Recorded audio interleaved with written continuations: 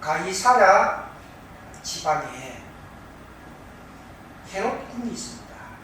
바로 바다를 끼고 헤롯궁이 있는데, 지금은 그 헤롯궁이 다 폐허가 되고 대리석 기둥들을, 또 대리석 그 돌들만 이렇게 넘어져서 기울어 있는 그런 모습을 볼 수가 있습니다. 바로 로마에서 직선 거리로 바로 올 수 있는 곳이 바로 이 헤롯궁이 위치한 장소입니다. 그때 당시에 로마 나라가 이스라엘 나라를 통치할 때였기 때문에 아주 교통이 편리한 그런 곳에 헤롯궁을 지어서 이스라엘 나라를 통치한, 옛날 일제시대 때 우리나라도 조선 총독부라고 하는 그걸 떠가지고 우리나라를 일본 사람들이 통치했던 것과 비슷한 그림이에요.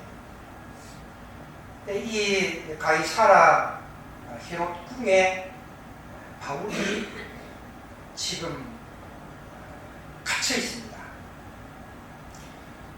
갇혀 있는 바울을 대제사장 아나니아와 또 변론하는 더둘로라고 하는, 지금으로 말하는 변호사입니다. 변호사가 같이 벨릭스 총독 앞에 바울을 고발을 했습니다.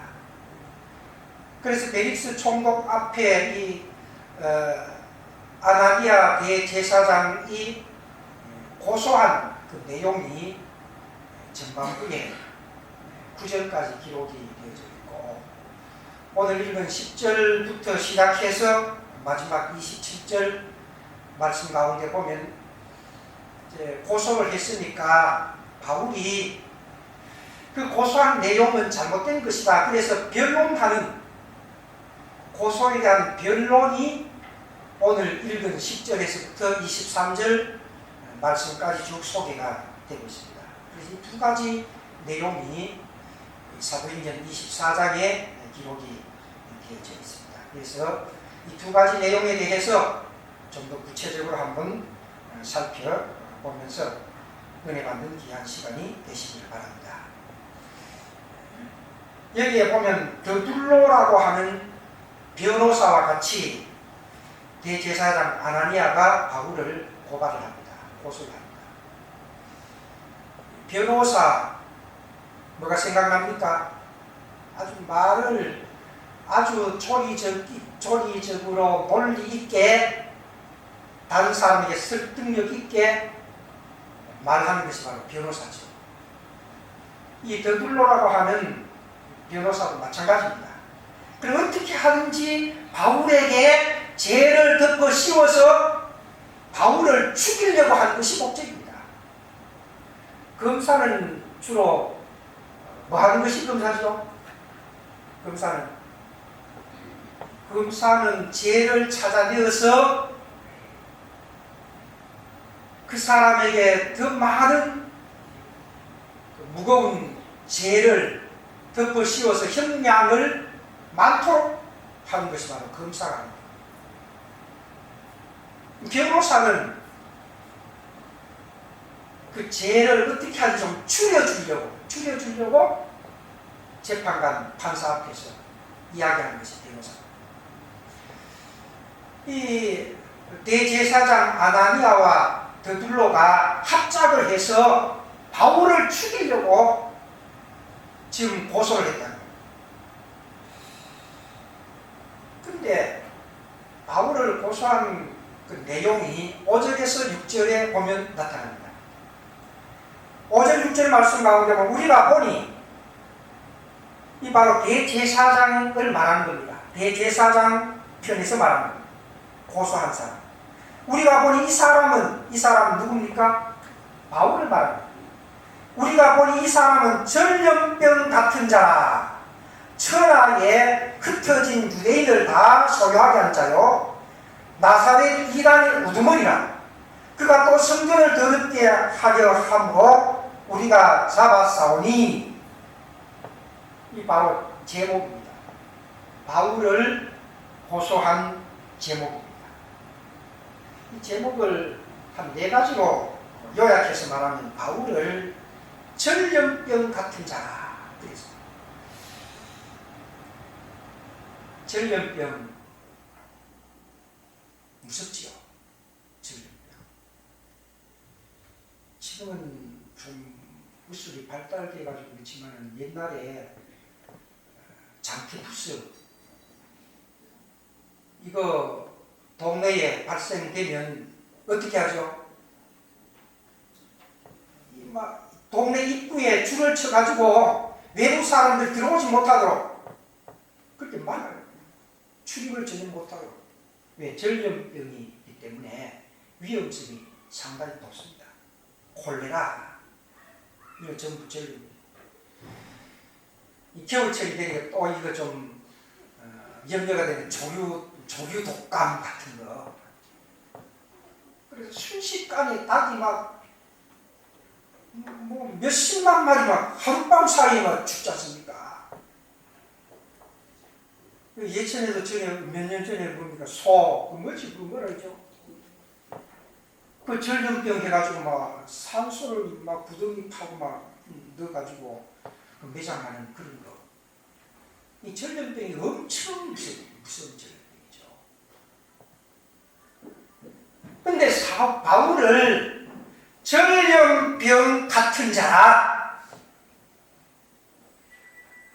나쁜 것을 다 퍼뜨리는 그런 아주 악한 자, 나쁜 자로 그렇게 고소를 했습니다. 또 두 번째는 유대인을 모두 소욕해 만드는 자요. 유대인을 전부 소욕해 만드는 자라. 다시 말하면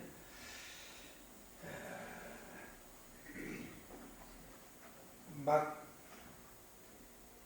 이 폭동, 반란 이런 것을 일으켜가지고 유대인들의 마음을 막 동요시키는 폭동의 주동자,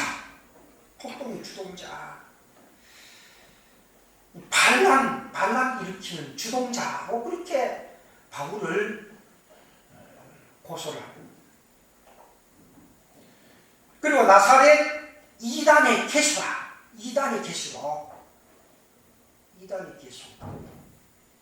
또 성전을 더럽힌 자로 그렇게 고발을 당한 겁니다. 베력스 총독 앞에 고발을 한 겁니다. 근데 이 4가지 제목인데, 이 4가지 제목을 크게는 2가지로 구분되는데요. 첫 번째, 바울을 전염병 같은 자로 고소를 하고 유대인들을 모두 소욕해 하는 그런 자라는 것은 정치적인 문제입니다. 정치적인 문제를 걸어서 고소를 하고, 나사렛 이단의 개수고 성전을 더럽게 한 자라는 것은 종교적인 죄를 걸어서 고소를 한 겁니다. 정치적이고 종교적인 2가지를 다 동시에 그렇게 고소를 합니다. 그럼 한 가지만 해도 이거 참 해결하기 어려운 문제인데, 정치적인 문제와 종교적인 문제가 다 같이 고소가 되었기 때문에 꼼짝없이 바울은 제목에 덮어 씌워서 사실은 죽음을 당할 수밖에 없는 그런 입장에 처하게 됐습니다. 그래서 어떻게 하든지 바울을 죽이려고 이런 제목을 덮어 씌워서 결국은 죽이려고 전염병처럼 무서운 병을 전파하는 사람처럼 이 사람은 그냥 두면 안 된다. 폭동을 일으켜서 반란을 일으켜서 나라를 혼란하게 만들기 때문에 정치적으로 이런 사람을 그냥 살려두면 안 된다. 죽여버려야겠다. 그리고 나사렛 이단의 개수다. 성전을 더럽게 한 그런 자다. 이 종교적입니다. 나사렛 이단의 개수다. 또 성전을 더럽힌 자다. 이 전부 다 사형에 해당되는 그런 자들입니다. 제목이. 그래서 어떻게 하든지 이 고소를 한 아나니아 대제사장 또 더둘러 이 변호하는 사람 어떻게 하든지 바울을 죽여버리도록 그렇게 했던 것입니다. 사실 그 다음에 오늘 읽은 10절 이하에 보면 이제 변론하는 내용이 나옵니다만 사실 바울이 그랬다고 하면 뭐 재판해서 죽일 수도 있겠죠. 사실이 그렇다면. 그런데 이 모든 것들은 다 억울한 누명이라는 거예요. 억울한 누명. 그래서 바울은 사실 아무런 죄가 없는데도 불구하고 이런 억울한 누명을 덮어 쓰고 이제 고소를 당하게 됐다. 오늘 우리를 또 보면 믿음 생활을 하고 신앙생활 하다가 보면 억울하게 다른 사람들에게 욕을 얻어먹고 또 비판을 당하고 어려움을 당하는 그런 경우도 없잖아 있습니다. 우리는 지금 종교적인 자유가 있습니까? 종교 자유가 있습니까? 뭐 이런 말씀이 여러분들 앞에 별로 실감이 안 나고 아마 그런가 이렇게 지나갈지 모릅니다. 그런데 얼마 전에 카톡에 뭐가 왔어요. 와서 이렇게 보니까 탈북한 사람들 중국에 탈북을 왔습니다.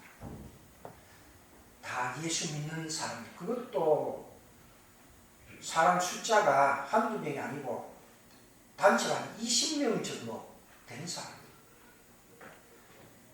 그 탈북을 해와서 중국에 있는 미국의 선교사를 만납니다. 탈북해서. 근데 남쪽으로 오려고 미국의 선교사가 중국에서 이런 탈북자들을 도와서 남쪽으로 이렇게 인도하는 그런 아마 역할을 하는데 그 미국의 선교사하고 탈북해서 중국에서 머물고 있는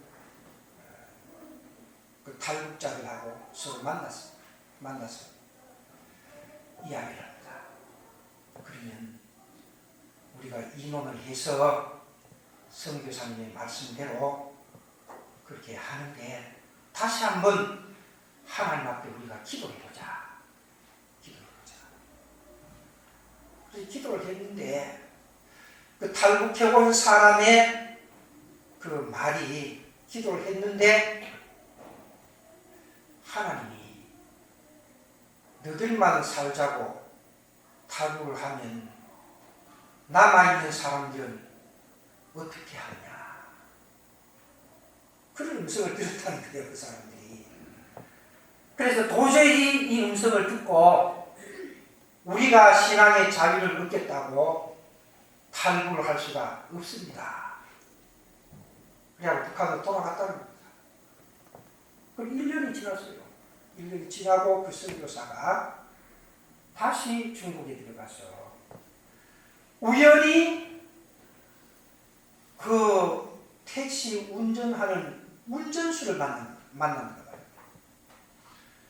만나서 그 전에 탈북하려고 하다가 다시 북한으로 들어간 사람들에 대한 이야기를 들었다. 그런데 들리는 말에 의하면 탈북하려고 나왔다가 다시 북한에 들어간 그 사람들은 모두가 다 죽었답니다. 다 죽었답니다. 우리는 신앙의 자유가 있으니까 이 말이 별로 가슴에 와닿지 않을 거예요. 근데 전에 공산주의 그 6.25 일제시대 신사참배, 그때 우리의 선배 선고님들 참 신앙생활 잘하려고 하다가 감옥에 갇히고 참 믿음을 지키려고 하다가 할 수 없는 고통당한 그런 일들이 우리 한국의 과거 역사 속에서 있었던 일 아닙니까? 지금은 자유니까 그것이 나와 아무런 상관이 없는 것처럼 그렇게 생각되어질지 모르지만은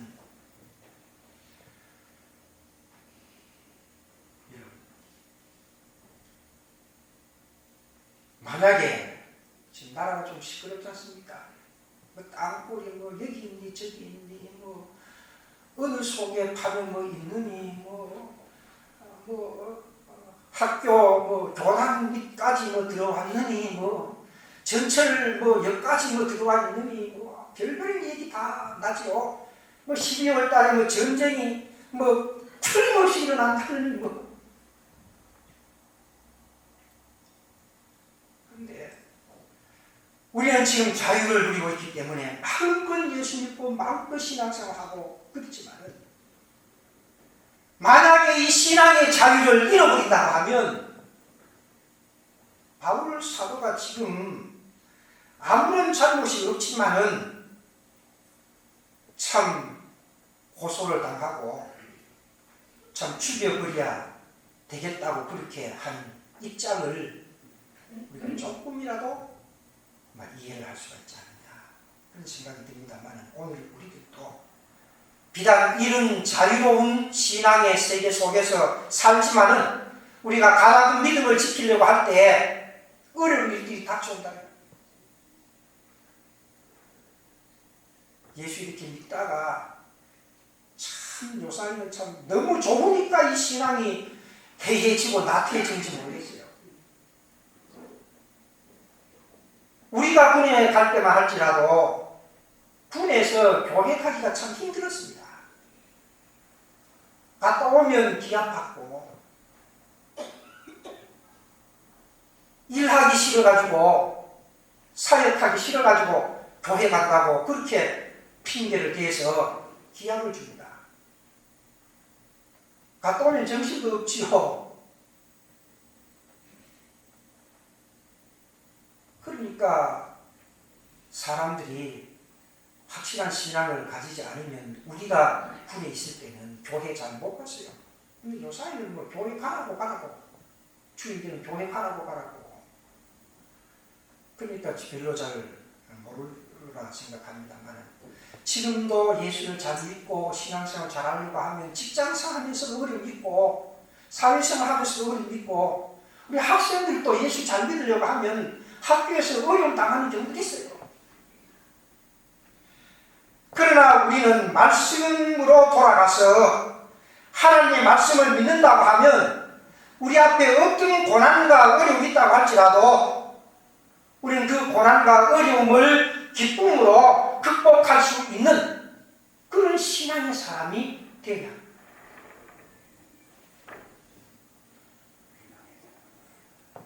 2차 일제시대 때죠. 우리가 해방되기 전에 8월 8일 1945년 8월 8일 8월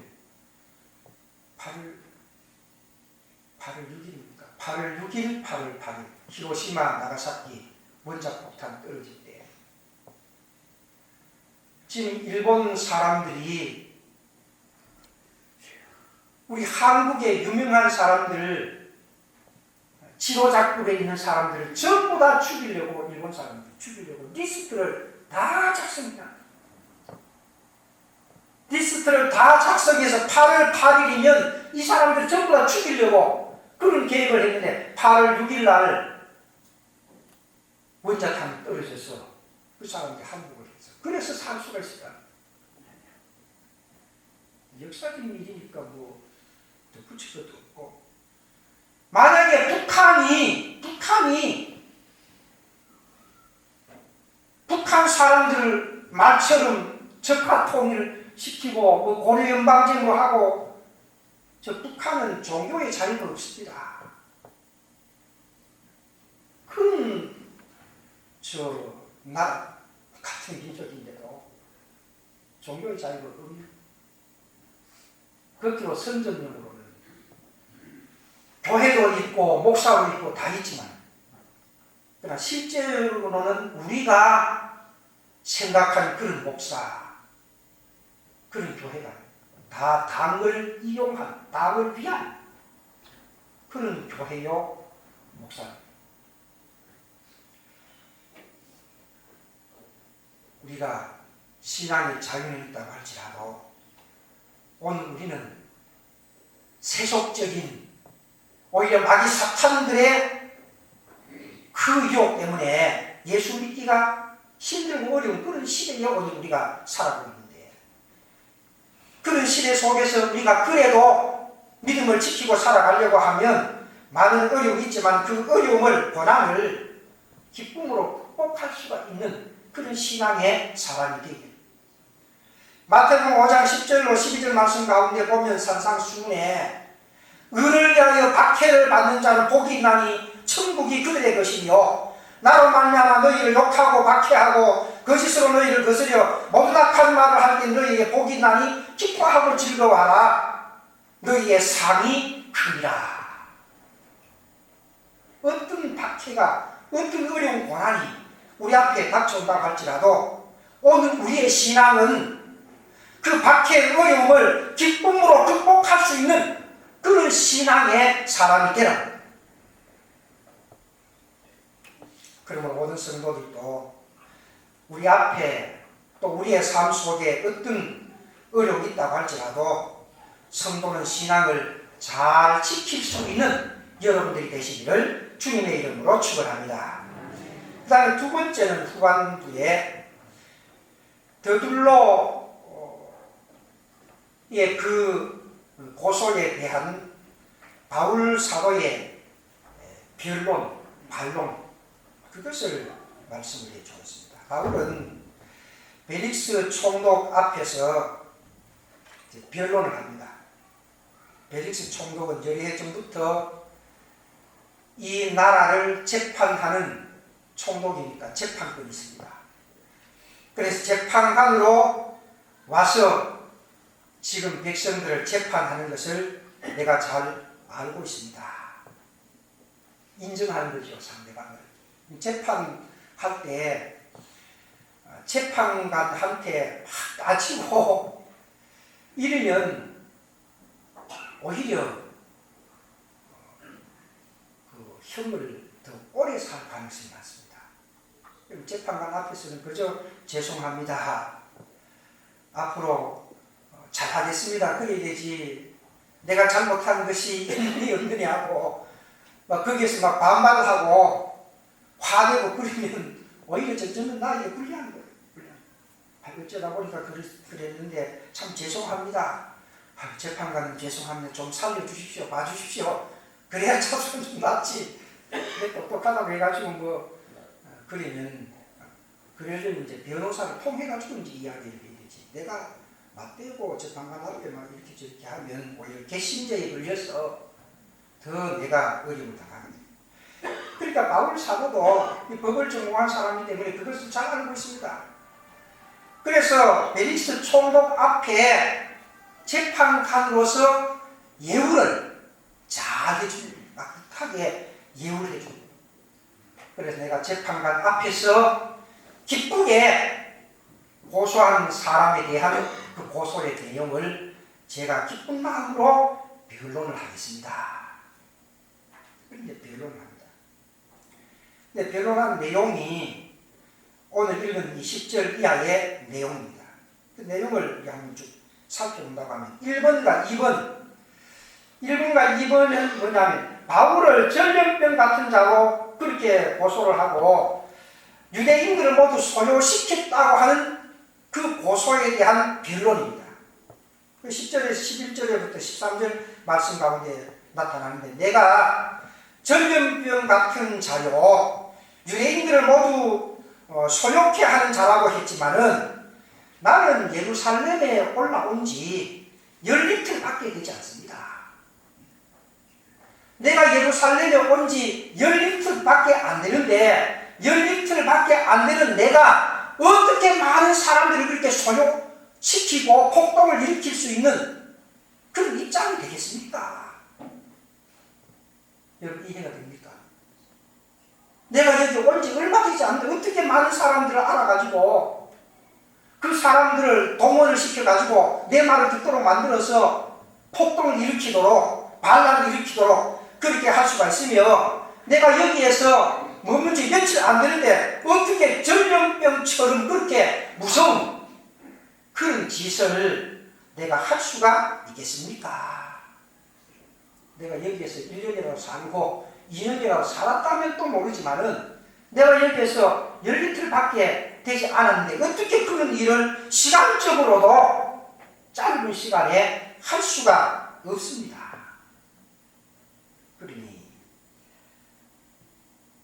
나를 향해서 전염병 같은 자라고 그렇게 말하고 유대인들을 소욕해 하는 자라고 말하는 그 말은 좀 잘못된 그런 말입니다.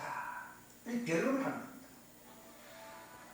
그리고 내가 예루살렘에 올라간 것은 사람들을 규합해서 음모하고 폭동하고 반란을 일으키려고 간 것이 아니고, 예루살렘에 올라간 것은 하나님의 성전에 가서 예배를 드리기 위해서 간 것이지 폭동을 일으키려고 그렇게 간 것은 아닙니다. 그렇게 변론합니다. 내가 예루살렘에 올라가서 성전에서 하나님 앞에 예배를 드리고 결례를 드린 것을 다른 사람도 봤습니다. 내 말 믿지 못한다고 하는 다른 사람, 본 사람들을 불러서 그 사람들의 말을 한번 들어보시면 될 거 아닙니까? 바울이 똑똑하죠. 법을 전공한 사람인데 아주 조리 있게, 아주 설득력 있게 그렇게 총독 앞에서 변론합니다. 그리고 나사렛 이단의 개수라고 하는 세 번째 하고, 성전을 더럽히게 한 자라고 하는 이 네 번째 제목, 여기에 대해서 변론하는데 14절에서부터 16절에 변론합니다. 그래서 14절에 보면, 그러나 이것을 당신께 고백하리가 나는 그들이 이단이라 하는 도를 따라 조상의 하나님을 섬기고 율법과 선지자의 글에 기록된 것을 다 믿으며, 많은 사람들이 이단이라고 그렇게 나를 덮어 씌워서 고소를 했지만은, 나는 여러분들과 똑같이 하나님을 섬기고 율법과 선지자의 그 말씀을 잘 지켰다. 이단이 아니라는 거죠. 그렇게 변론을 지금 벨릭스 총독 앞에 하는 겁니다. 그리고 하나님께 대한 소망을 가지고 또 의인과 악인의 부활도 다 믿고 교리적으로도 잘못된 것이 아무것도 없다. 그리고 나는 하나님과 사람 앞에서 양심에 거리낌이 없이 살았다.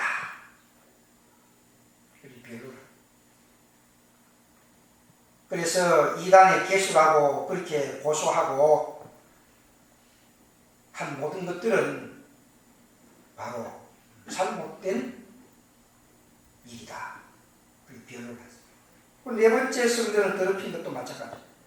17절부터 21절 말씀 가운데 보면 바울이 성전을 더럽힌 데 대한 변론을 쭉 해주고 있습니다.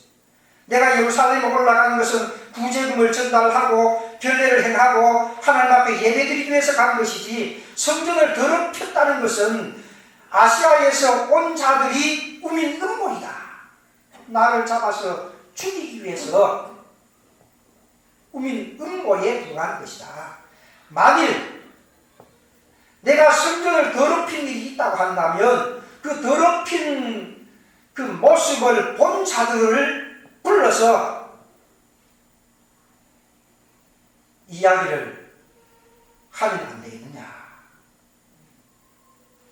그리고 만약에 내가 성전을 더럽혔다고 하면, 더럽힌 것을 본 사람이 있다고 하면 그 본 사람들도 나를 성전을 더럽혔다고 그렇게 고소를 할 수 있지 않겠느냐. 그런데 지금 고소한 것이 아무것도 없다. 그러니까 이렇게 고소를 한 것은 아시아에서 온 사람들이 나를 죽이기 위해서 꾸민 음모라. 그렇게 변론했습니다. 그래서 바울의 변론은 아주 정정당당했고 또 논리 정연했습니다. 사실 사람들이 재판, 우리 뭐 그런 거 잘 모르죠. 뭐 거기 가서 재판 받는 일도 별로 없고 잘 모르는데, 재판관 앞에 서면 내가 잘못을 별로 하지 않았지만 괜히 마음이 떨리는 경우들이 있어요. 떨리는 경우도 있어요.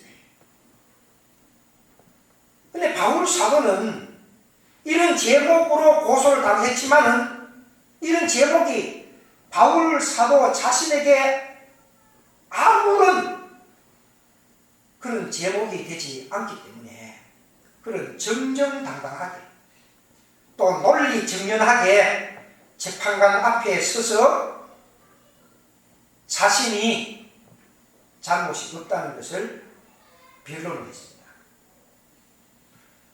그러니까 총독 벨릭스도 바울 사도가 변론한 변론의 내용을 들어보니까 이해가 갑니다. 그래서 벨릭스는 더 이상 바울에 대해서 잘못된 것을 찾을 수가 없다는 것을 알고 그를 석방을 시켜야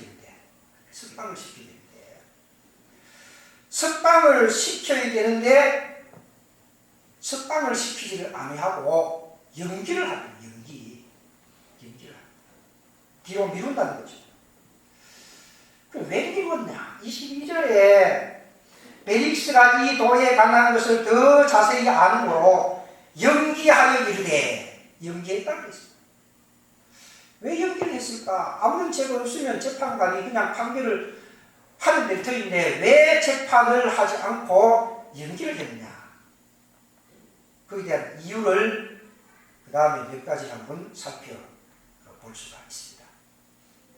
벨릭스 총독은 이 고소의 내용이 아까도 이야기했지만 첫 번째, 두 번째는 정치적인 내용이고 세 번째, 네 번째는 이단이 개수하고 또 성경을 더럽힌 제목은 바로 종교적인 죄랍니다. 그래서 정치적인 죄와 종교적인 죄의 문제가 있어서 판결을 하면 어느 한쪽이 불리하게 되는 경우입니다. 어느 한쪽이 불리한 경우가 있기 때문에 자신의 권한, 그 관할 내에서 재판을 잘못함으로 인해서 그로 통해 가지고 좀 반발이 일어나게 되면 자기에게도 책임이 있기 때문에 그 재판을 고의적으로 연기를 하는 겁니다. 거기 이유 한 가지, 연기한 이유 한 가지. 또 연기한 이유 한 가지는 23절에서부터 27절 말씀 가운데 보면 쭉 살펴볼 수가 있는데요. 26절에 보면 동시에 또 바울에게서 돈을 받을까 바라는 거로 그랬습니다. 재판관은 재판을 확실하게 또 양심적으로 바로 해야 되는데 그렇지 못하는 경우들이 없잖아. 많이 있습니다. 지금도 그런 경우가 있을지 모르지만은 이때 당시에는 그런 일들이 굉장히 많이 있었습니다. 그래서 재판하면 부자가 다 됩니다. 그래서 벨릭스 총독이 이 재판을 연기한 것은 결국은 뭐냐? 뇌물을 좀 얻을까? 이 재판을 자꾸 연기하고 있냐고 이러면은 이거 뭐 좀 바라는 거 아니냐? 그래, 주면 재판을 빨리 해주고 유익하도록 해주고 뇌물을 주지 않으면 뇌물을 줄 때까지 자꾸만 연기를 하고 그런 입장입니다. 그래서 벨릭스 총독은 임기를 얼마 앞두고 있는 그런 상황입니다. 조금만 시간이 지나면 총독의 자리를 이제 물러주고 그 다음에 내려와야 되는 그런 입장에 놓여져 있기 때문에 좀 한 건 한 건 해서 돈 좀 먹고 그러려고 그래서 여러 차례 연기를 하고 또 연기를 해놓고도 개인적으로 바울 사도를 만납니다. 24절 말씀 가운데 보면 수일 후에 벨릭스가 그 아내 유대 여자 두실라와 함께 와서 바울을 불러 그리스도 예수 믿는 도를 듣거늘. 이 벨릭스 총독이 바울에게 부인과 같이 찾아와서 만난 겁니다. 만났는데 겉으로는 당신이 예수를 믿는 도를 많이 알고 있으니까 나에게 그 도를 좀 가르쳐 달라고 하는 그런 면목으로 만났지만은 실제적인 속마음은 도를 배우려고 만나는 것보다가도 만나서 도를 배우는 척 하면서 좀 뇌물을 챙기려고 하는 그런 뜻이 있었다는 겁니다. 그래서 25절에 바울이 의와 절제와 장차오는 심판을 강론하니 벨릭스가 두려워하여 대답하되 지금은 가라. 내가 이 틈이 있으면 너를 부리라 하고 동시에 또 바울에게서 돈을 받을까 바라므로 더 자주 불러 같이 이야기하더라. 뇌물을 얻어먹기 위해서 자주 바울 사도를 만났다는 그런 말입니다. 뇌물을 얻어먹기 위해서 바울의 재판을 연기를 하고 또 뇌물을 얻어먹기 위해서 바울을 고의적으로 자주 찾아가서 만났다. 그래서 재판관이 이런 돈에 대해서 욕심을 가지게 되면 재판을 바르게 할 수가 없죠. 또 권력자가 물질의 눈이 어둡고 부정과 부패를 일삼는다고 하면 재판을 바로 할 수가 없는 것은 당연합니다. 오늘날도 마찬가지고 옛날도 마찬가지입니다. 그렇기 때문에 신앙인은 내가 어떤 위치에 있든지 하나님 앞에 바르게 살아가는 그런 삶이 중요합니다.